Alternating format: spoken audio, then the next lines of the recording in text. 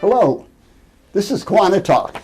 KiwaniTalk is a public information program, and we're brought to you from different locations these days because we have to move around. But today, we're very pleased to have as our guest, one of our guests, we're going to have three, but Reverend Mark Phillips, the pastor at Cherry Hill Presbyterian Church. Mark, it's nice to have you with us today. Thank you, Ray. It's good to be back. And I understand, Mark, you want to talk about one of the organizations at the church, or one of the functions that the church serves. And you've been our minister over there. By the way, I am a member of Cherry Hill Presbyterian Church.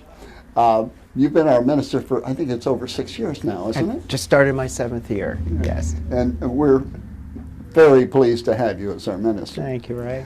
But I'm going to turn it over to you for a few minutes, and you want to talk about a Helping Hand, our food center.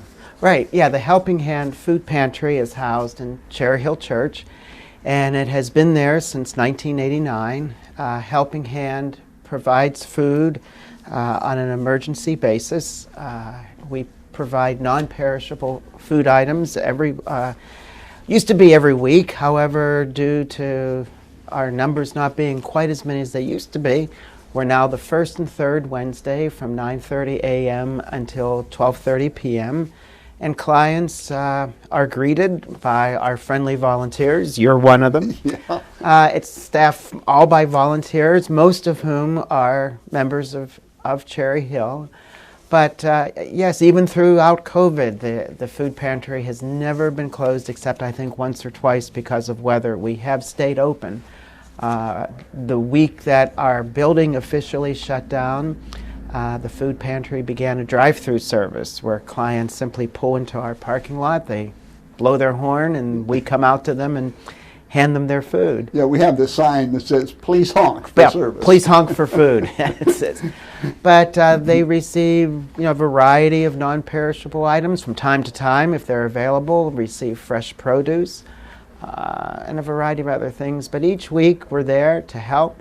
There are no geographic limitations. You don't have to live in Dearborn. All that we ask when you come is that you provide a picture ID. The pantry is funded and stocked by our own congregation and by several other congregations in the community: St. Paul Lutheran Church, St. Paul's United Church of Christ, First Presbyterian Church. Kiwanis makes a yearly donation, and for which they're very grateful. We are also part of the Hunger Ministries Network of the Presbyterian of Detroit. That means that we receive a donation each month from them. And since we're part of the network, if we have an abundance of food at any given time, or if any of the other 9 churches in the network have an abundance of food, we share with each other. Yeah, back and forth. Yeah. I've carried a few bags in or boxes and helped other people load them that came to pick up food that we could share. Right. And so our clients are eligible to come every other month at this point. And we're very happy to assist them.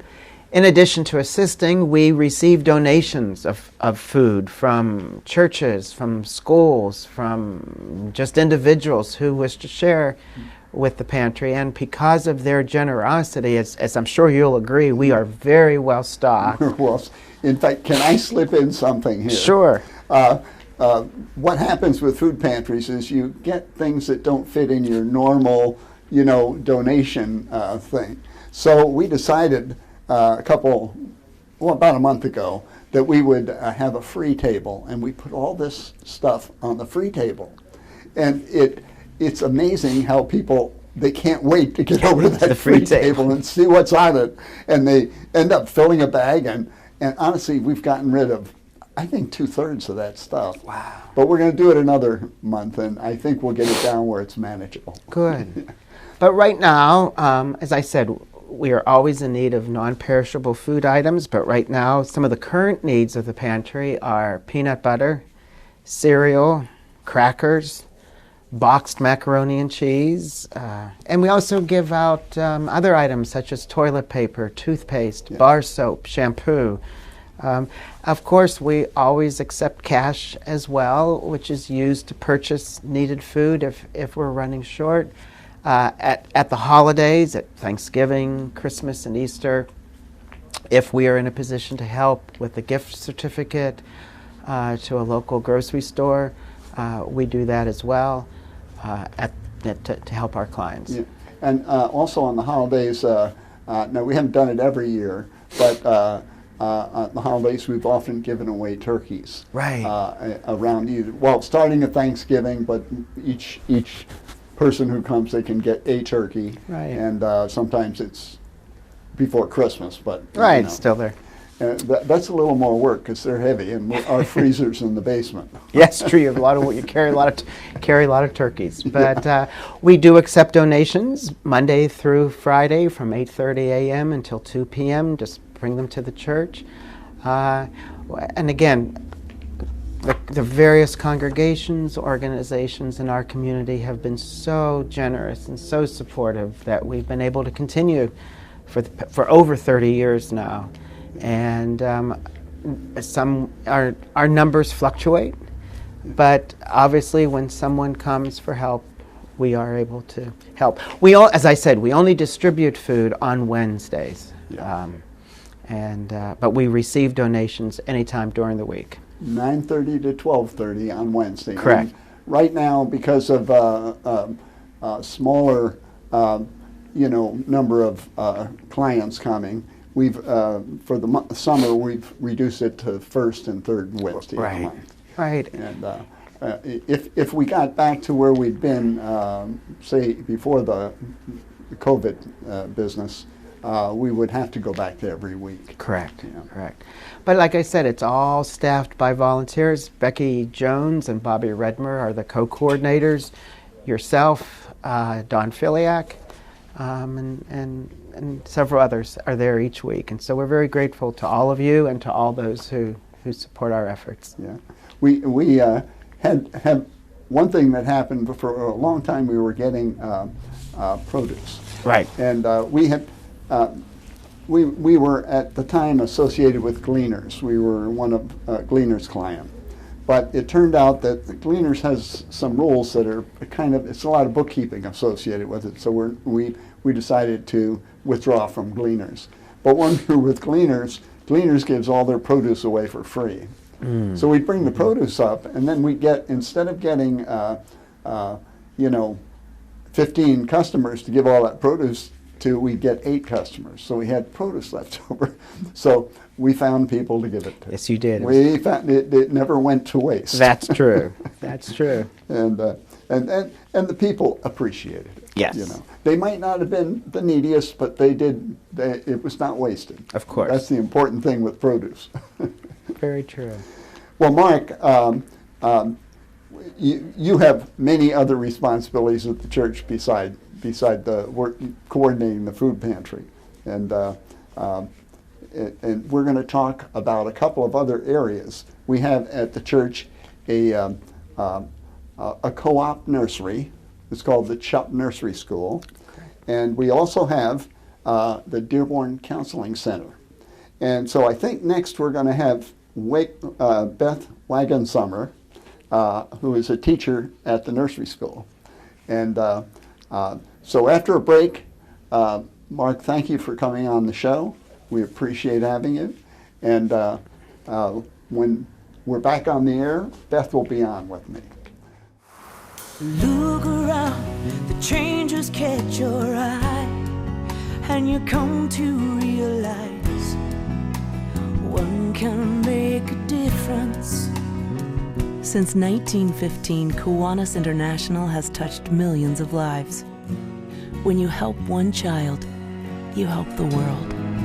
But one can make a difference.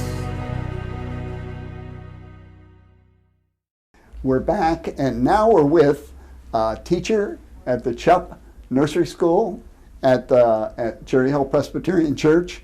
It's called the CHUP Nursery, and it's a co-op nursery. And the teacher is Beth Wagensummer. Beth, it's really nice to have you on KiwaniTalk. Thank you so much for having me. I'm glad to be here. Beth, I know Beth basically because when we'd be there for the food pantry, you'd come to get ready for the students to come. Right. And how long have you been actually teaching at the school now? This year coming up will be my 6th year at CHUP. Okay. And tell us a little bit about how the last year affected CHUP. I imagine it affected attendance and other things, but can you explain a little bit about that? So thankfully we were able to open up even with a significantly reduced enrollment. Yeah. Normally we would have classes of 16 to 18 children, and this year we ran with around 8 to 10 kids total in each class. It was difficult trying to work through all those different protocols, decide what the measures needed to be taken, follow all the rules and regulations, make sure that parents were comfortable having their children there. We were thankfully we were awarded a few grants from the state of Michigan from the Child Care COVID Relief Fund, so that helped us with not having as much enrollment. We were able to still function financially. Since we are a nonprofit organization, we don't really have a lot to fall back on. Yes.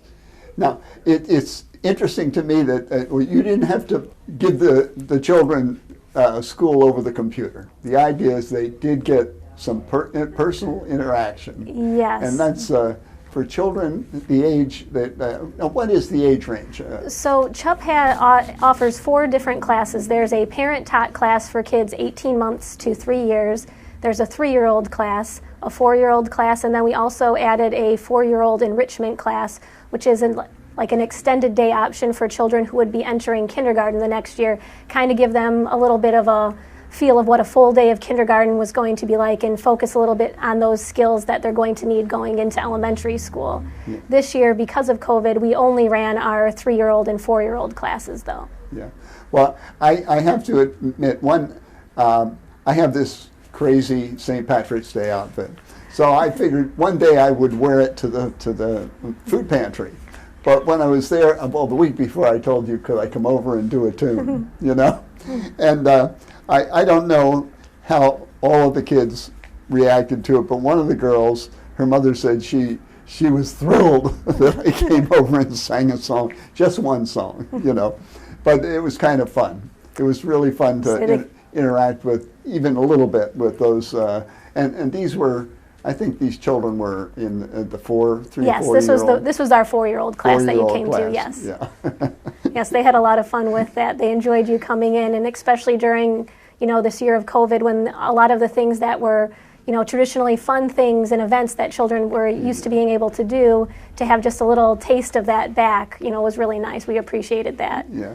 And believe me, I had as much fun as they did. Believe me, I guess I'm a ham or something.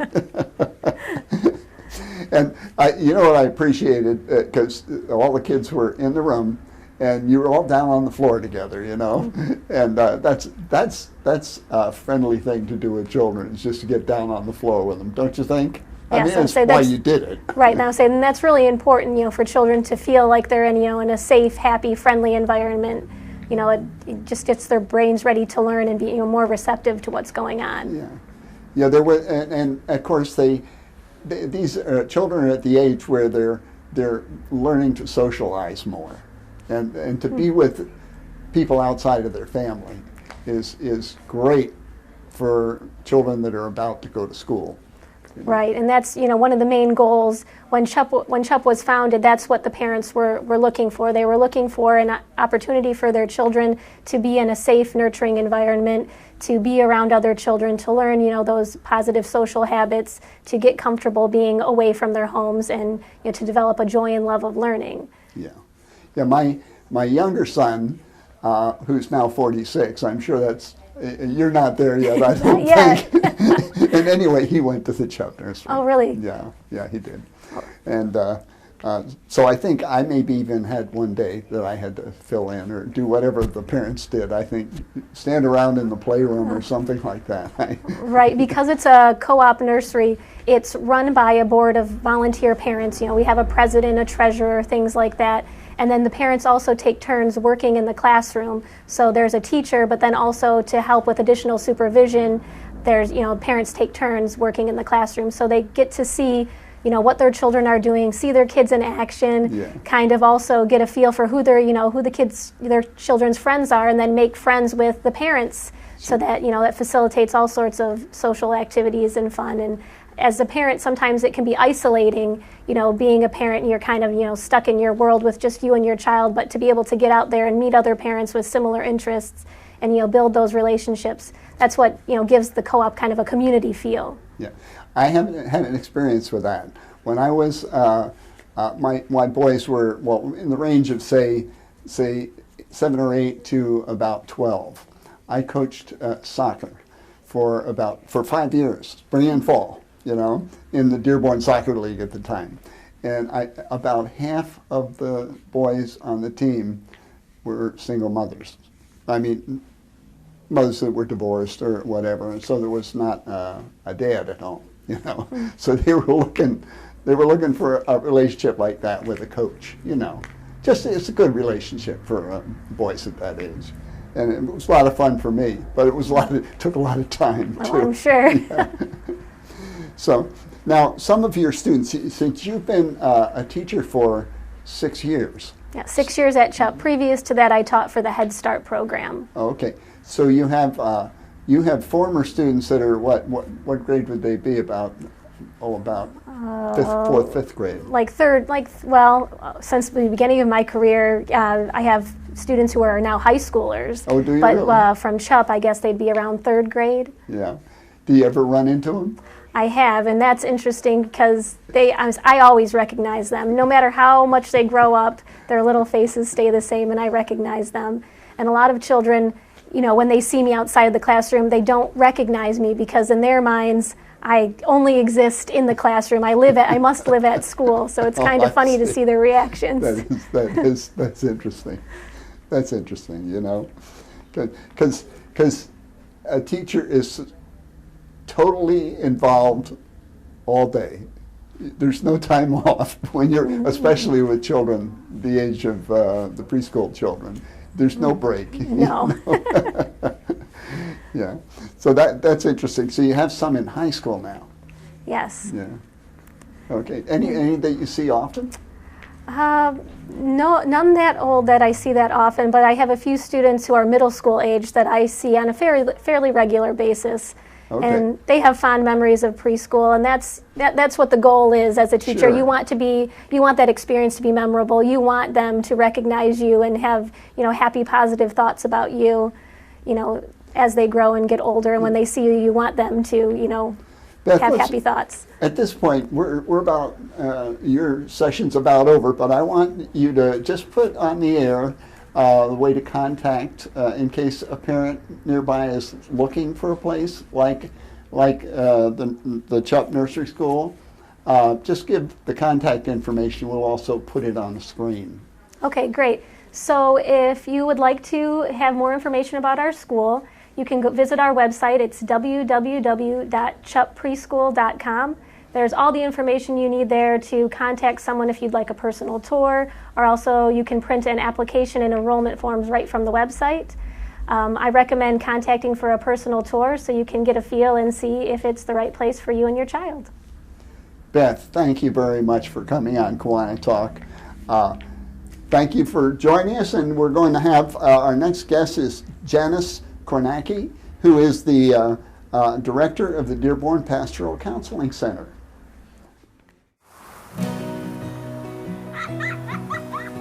Look around, the changes catch your eye, and you come to realize one can make a difference. Reach out, stand out, find out what it's all about. See it all, stand tall, be there to catch them when they fall. Since 1915, Kiwanis International has touched millions of lives through thousands of service programs for children around the world.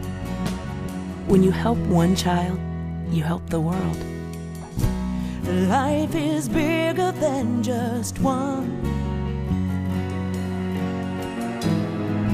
but one can make a difference. Hello. Now we're back with Janice Kornacki, and Janice is the director of the Dearborn Pastoral Counseling Center. Janice, it's so nice to have you on the show. Thank you very much. I appreciate it. So if we could, can we start with a little history of the center, how it got started, and Sure. The center has been located in Cherry Hill Presbyterian Church since 1984. And the center began by several pastors who found that the needs of their community were beyond their counseling skills. And so Cherry Hill Presbyterian, First Presbyterian of Dearborn, and Christ Episcopal were the founding parishes. And so a mental health agency was founded and opened in 1984. We're 37 years old. okay, that's quite a long time to be in business. It is. And now the counseling center has a number of counselors, does it not? Yes, we have 4 fully licensed therapists by the state of Michigan, and we accept more than 20 different types of insurance. We accept Medicare, we accept Medicaid, and if clients cannot afford to pay for their counseling, we have what's called a client aid fund, and we take money out of that fund to cover the costs of the client's therapy if they need that.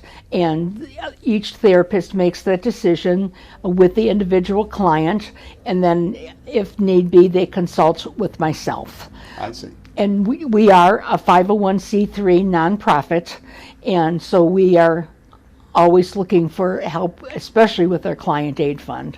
Well, we're going to put your info on the screen here before we're done. Great. And we'll make sure we do that. Okay. Now, in your position, I assume that you have some paperwork to do. I do. Associated with the clients and with tell us. I imagine it can get involved at times. It is. And my position is really being in touch with the community, doing marketing, looking at doing fundraising, and then being available to consult with therapists if they need it. I'm a clinical psychologist myself, and I also have a background in pastoral ministry, so I have those gifts that I bring to the center. But primarily it's networking with the community, getting the word out about who we are, what we do, that we're available. So it's quite a lot. Yeah, it never ends. No. Actually. No. Yeah. So I don't know if you know, we had a son who graduated from college, and I'm trying to think of the year. I'm not going to do the math right now, but he graduated from college, and he was kind of at loose ends. Mm-hmm. And he was doing different things, and he was very academic. So he was thinking of going back to school, but he wasn't quite sure what he wanted to do. Mm-hmm. So he ended up coming to the counseling center, to the Dearborn Counseling Center. And he must have been steered pretty well, because he got highly motivated after that. He got a PhD in clinical psychology. Wonderful. And he ended up being a professor at Windsor University. Neat. Full Neat. Professor.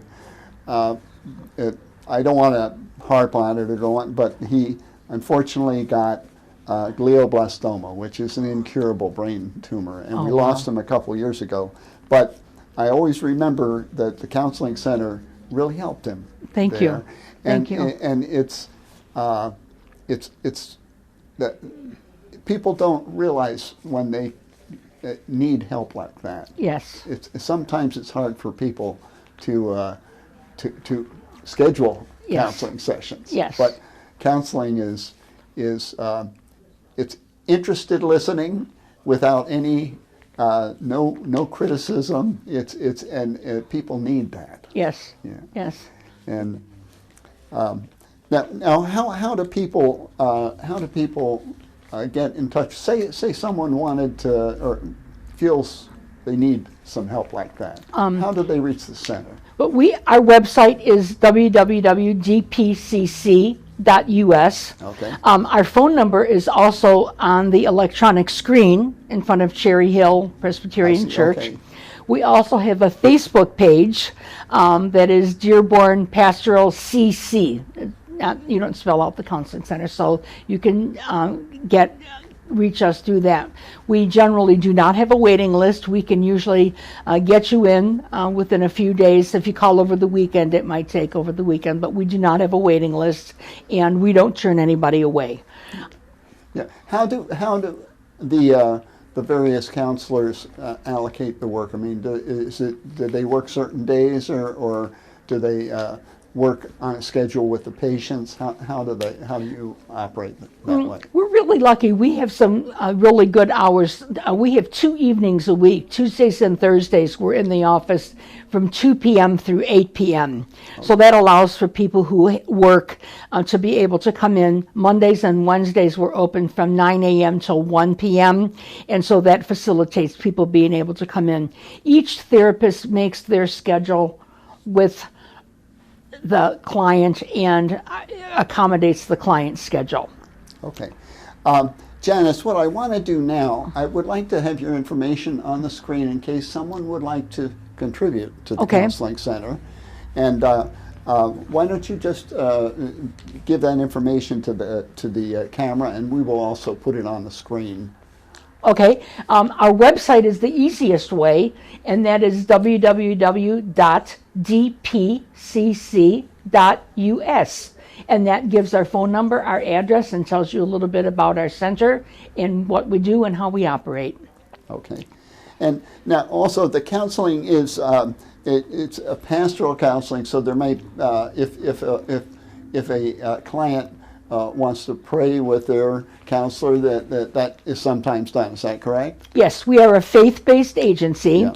and we operate wherever the client is coming from. That's where we meet them. So if a client is interested in having someone pray with them, our therapists feel comfortable doing that. Sometimes people just need to have their faith life respected. Yeah. And so we do that. So we meet the client where they are on their spiritual journey. I understand that. Okay. There's been a couple times in my life when I've been a little stressed, and I probably could have used some counseling, but I think I've grown out of it finally. Janice, it's so nice to have you on KiwaniTalk. Thank you so much. And I'm in closing, I want to mention our guests, Mark Phillips, the pastor of the church, was our first guest.